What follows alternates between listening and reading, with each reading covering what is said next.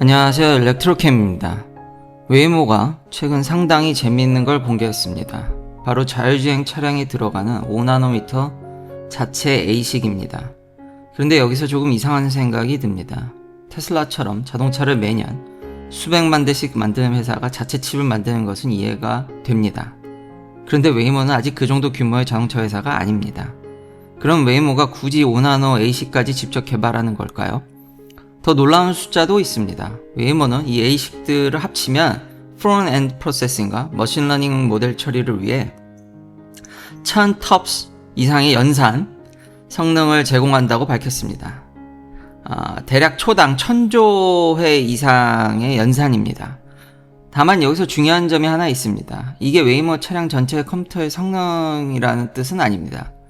웨이모 차량 컴퓨터는 CPU, GPU, 여러 엑셀레이터 그리고 커스텀 컴포넌트가 섞인 헤테로지니어스 시스템입니다. 1000 TOPS라는 숫자는 그 중에서도 웨이모가 공개한 ASIC들 복수에 ASIC들이 담당하는 프론트엔드 프로세싱과 머신러닝 처리 성능입니다.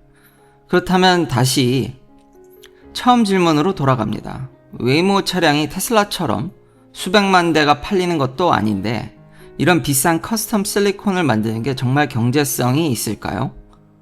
처음에는 저도 이 부분이 조금 이상했습니다. ASIC은 설계비가 굉장히 많이 들어갑니다. 칩을 설계하고 검증하고 테이프아웃을 하고 생산까지 가져가는 초기 비용, 즉 NRE가 굉장히 큽니다.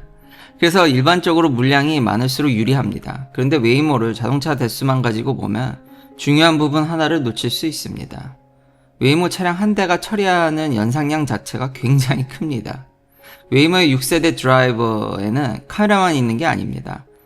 카메라, 라이다, 레이더가 동시에 돌아가고 이 센서들이 계속해서 엄청난 양의 데이터를 만들어냅니다. 6대의 시스템은 13개의 카메라, 4개의 라이다, 6개의 레이더를 사용합니다.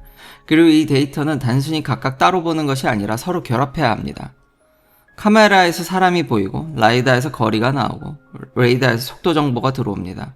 이 정보들이 서로 맞는지 확인하면서 주변 환경을 실시간으로 판단해야 합니다. 결국 웨이모 입장에서는 GPU를 얼마나 많이 넣느냐의 문제만 있는 게 아닙니다. 전력을 얼마나 먹느냐, 열을 어떻게 빼느냐, 트렁크 공간을 얼마나 차지하느냐, 그리고 데이터를 얼마나 빨리 처리하냐까지 전부 문제가 됩니다. 웨이모 역시 리퀴드 쿨링과 배터리 에피션시를 위해 패키징 스페이스 같은 문제를 직접 언급하고 있습니다. 그러니까 차량이 테슬라만큼 많지 않더라도 차량 한 대에서 컴퓨터가 차지하는 가치가 워낙 크다면 커스텀 ASIC이 의미가 생길 수 있습니다. 물론 여기서 한 가지는 분명히 해야 합니다. 웨이모가 이 ASIC을 몇 대부터 만들면 돈이 남는다든지 칩 하나가 얼마라든지 개발비를 몇 대에서 회수한다든지 하는 숫자는 공개하지 않았습니다. 그래서 웨이모는 차량 몇만 대만 팔아도 ASIC이 무조건 이득이다 라고 말할 수는 없습니다. 하지만 적어도 단순히 차가 몇 대 안 되는 ASIC을 왜 만들어? 라고 끝낼 문제는 아니라는 겁니다. 근데 여기까지 들으면 웨이모가 굉장히 유리해 보일 수도 있습니다. 하지만 여기에서 다시 테슬라를 보면 이야기가 또 달라집니다. 테슬라는 이미 하드웨어 3 시절부터 자율주행용 커스텀 실리콘을 대량으로 차량에 넣어왔습니다. 그리고 테슬라는 차량 자체를 대량 생산합니다. 2025년에는 약 166만 대를 생산하고 164만 대를 인도했습니다. 칩 개발에 엄청난 돈이 들어가더라도 그 비용을 수백만 대의 차량에 나눌 수 있습니다. 더군다나 테슬라는 칩만 만드는 것이 아닙니다. 차량도 만들고 펌웨어도 만들고 뉴럴 네트워크도 만들고 그 뉴럴 네트워크를 실제 차량에 넣는 소프트웨어 스택까지 상당 부분을 직접 가지고 있습니다.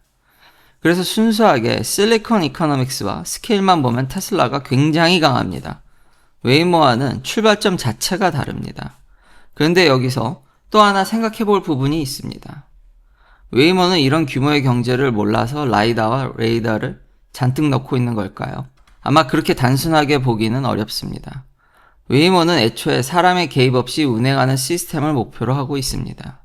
그래서 카메라, 라이더, 레이더를 중복해서 사용하고 한 센서가 문제가 생겨도 다른 센서가 상황을 확인할 수 있도록 만들고 있습니다. 이 방식은 당연히 비쌉니다. 센서도 비싸고 처리할 데이터도 많고 컴퓨터도 복잡해집니다. 그렇다면 웨이모 입장에서는 그 복잡한 센서 퓨전을 포기하는 대신 그 센서 퓨전을 더 싸고 효율적으로 처리하는 칩을 만드는 방향으로 갈 수 있습니다. 이렇게 보면 테슬라와 웨이모의 접근 방식이 상당히 재밌습니다. 테슬라는 센서 시스템을 단순화하는 쪽에 가깝고 웨이모는 센서 시스템 복잡성을 유지하면서 그 복잡성을 커스텀 컴퓨터로 줄이려고 합니다. 결국 어느 쪽이 맞는지는 A식만 보고 판단하기 어렵습니다. 테슬라의 비전 중심 시스템이 마지막 L4 Reliability까지 충분히 올라갈 수 있다면 테슬라의 비용 구조는 정말 강력할 수 있습니다. 반대로 마지막 몇 단계의 Reliability를 확보하기 위해 레이더의 리던던시가 계속 필요하다면 웨이모의 비싼 하드웨어가 단순한 낭비가 아니라 안전성을 얻기 위한 비용이 될 수도 있습니다. 결국 질문은 라이다냐 카메라냐 보다 조금 더 복잡합니다. 누가 L4 수준의 신뢰성을 더 낮은 비용으로 만들어낼 수 있느냐의 문제에 가깝습니다. 근데 웨이모를 보면 재미있는 부분이 하나 더 있습니다. 바로 자동차 자체입니다. 최근 웨이모가 사용하는 새로운 차량이 오자이입니다.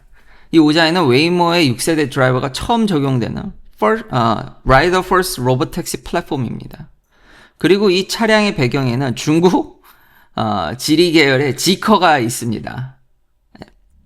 여기까지만 보면 이런 생각이 들 수 있습니다. 웨이모는 결국 중국산 전기차를 가져다가 센서를 붙여 쓰는 것 아닌가? 그런데 실제 구조는 조금 더 복잡합니다. 지커 쪽에서는 웨이모용 차량과 관련된 중국 내 제조 연결거리가 확인됩니다. 반면 자율주행의 핵심인 웨이모 드라이버 인테그레이션은 미국 애리조나 메사에 있는 웨이모와 마그나의 퍼실리티에서 일어납니다. 즉 차량 플랫폼과 웨이모의 오토노머스 드라이빙 시스템 인테그레이션이 분리되어 있는 겁니다. 다만 여기서도 너무 멀리 가면 안 됩니다. 웨이모가 중국산 전자장비를 전부 떼어낸다거나 어떤 부품을 정확히 남기고 어떤 부품을 교체하는지는 공개되어 있지 않습니다. 그래서 중국 차를 가져와서 모든 중국 전자부품을 제거한다 라고 말하는 것은 현재 공개된 자료보다 너무 나간 주장입니다. 그런데 이 구조에는 또 다른 문제가 있습니다. 미국은 중국과 연결된 커넥티드 비에이클 하드웨어와 오토노머스 드라이빙 소프트웨어에 대한 규제를 강화하고 있습니다. 중국산 전기차에 대한 높은 관세도 이미 존재합니다. 그렇다고 지금 오자이가 미국에서 자동으로 금지된다고 말할 수는 없습니다. 차량의 정확한 분류, 적용 부품, 소프트웨어나 하드웨어 연결 관계에 따라 규제 적용은 달라질 수 있습니다. 하지만 적어도 웨이모 입장에서는 중국 공급망과 규제를 완전히 무시할 수 없는 건 분명합니다. 그런데 여기에서 또 하나의 반전이 나옵니다. 웨이모가 지커만 사용하는 것이 아닙니다. 현대 아이오닉 5도 사용합니다. 그리고 웨이모용 아이오닉 5는 미국 조지아에 있는 현대 모터그룹 메타플랜트 아메리카에서 생산됩니다. 웨이모용 차량에는 오토노머스 레디 모디피케이션이 들어가고 그 이후 웨이모의 오토노머스 테크놀로지가 통합됩니다. 이 부분이 상당히 중요합니다. 왜냐하면 웨이모가 오자의 하나에 모든 것을 걸고 있는 구조가 아니라는 뜻이기 때문입니다. 지커 기반의 전용 로보택시 플랫폼이 있고 반대쪽에서는 미국에서 대량 생산할 수 있는 현대 아이오닉 5가 있습니다. 그리고 그 위에 올라가는 핵심은 웨이모 드라이버입니다. 웨이모도 자사의 드라이버를 서로 다른 비에이클 플랫폼에 적용할 수 있다고 설명하고 있습니다. 물론 아무 차에나 그대로 꽂으면 바로 작동한다는 의미는 아닙니다. 차량에 따라 센서 배치도 바뀌고 AI도 플랫폼에 맞춰 어댑테이션이 필요합니다. 하지만 핵심 테크놀로지 스택을 특정 자동차 한 모델에 완전히 묶지 않으려는 방향은 분명히 보입니다. 여기까지 오면 처음 이야기가 조금 다르게 보입니다. 처음에는 웨이모가 차량 몇 대나 된다고 5나노 A식을 만들지? 라는 질문에서 시작했습니다. 그런데 자세히 보면 웨이모가 내재하고 있는 영역이 생각보다 많습니다. 센서를 직접 개발하고 자율주행 소프트웨어를 만들고 그 소프트웨어가 맞는 커스텀 컴퓨터를 만들고 그 컴퓨터와 드라이버를 서로 다른 자동차 플랫폼에 통합합니다. 반대로 자동차 자체는 지커나 현대 같은 기존 제조사를 활용합니다. 이걸 테슬라와 비교하면 재밌습니다. 테슬라는 자동차 대량 생산에서 시작했습니다. 그리고 점점 소프트웨어를 안으로 가져오고 AI를 안으로 가져오고 AC까지 안으로 가져왔습니다. 웨이모는 반대쪽에서 시작했습니다. 구글의 AI의 오토노머스 드라이빙 테크놀로지에서 출발했고 센서를 만들고 커스텀 ASIC을 만들고 이제는 자동차 플랫폼 인테그레이션과 생산 과정에도 점점 깊숙하게 들어가고 있습니다. 출발점은 완전히 다른데 두 회사 모두 자율주행의 핵심 부분을 점점 더 직접 통제하는 방향으로 움직이고 있는 겁니다. 물론 이것이 두 회사가 결국 똑같은 회사가 된다는 뜻은 아닙니다. 테슬라는 여전히 자동차를 직접 대량 생산하고 웨이모는 기존 자동차 제조사와 협력하는 모델입니다. 그리고 어느 방식이 최종적으로 더 좋은지도 아직 알 수 없습니다. 하지만 웨이모의 5나노 ASIC 공개를 보면 한 가지는 분명해 보입니다. 웨이모가 단순히 비싼 라이다를 붙인 구글 자율주행차에서 끝나는 회사가 아니라는 겁니다. 차는 다른 회사에서 가져오더라도 자율주행의 가장 중요한 센서, 컴퓨터 AI, 그리고 인테그레이션은 점점 자신의 것으로 만들고 있습니다. 결국 테슬라와 웨이모의 경쟁에서 정말 중요한 질문은 누가 라이다를 쓰느냐, 누가 카메라만 쓰느냐, ASIC이 몇 탑재야가 아닐지도 모릅니다. 사람이 운전하지 않아도 될 정도의 신뢰성을 누가 먼저 만들고 그 시스템을 누가 더 싸게 대량으로 확장할 수 있느냐, 아마 그게 최종 승부가 될 것 같습니다. 긴 영상 시청해주셔서 감사합니다. 다음도 테슬라 관련 이야기들로 찾아뵙겠습니다.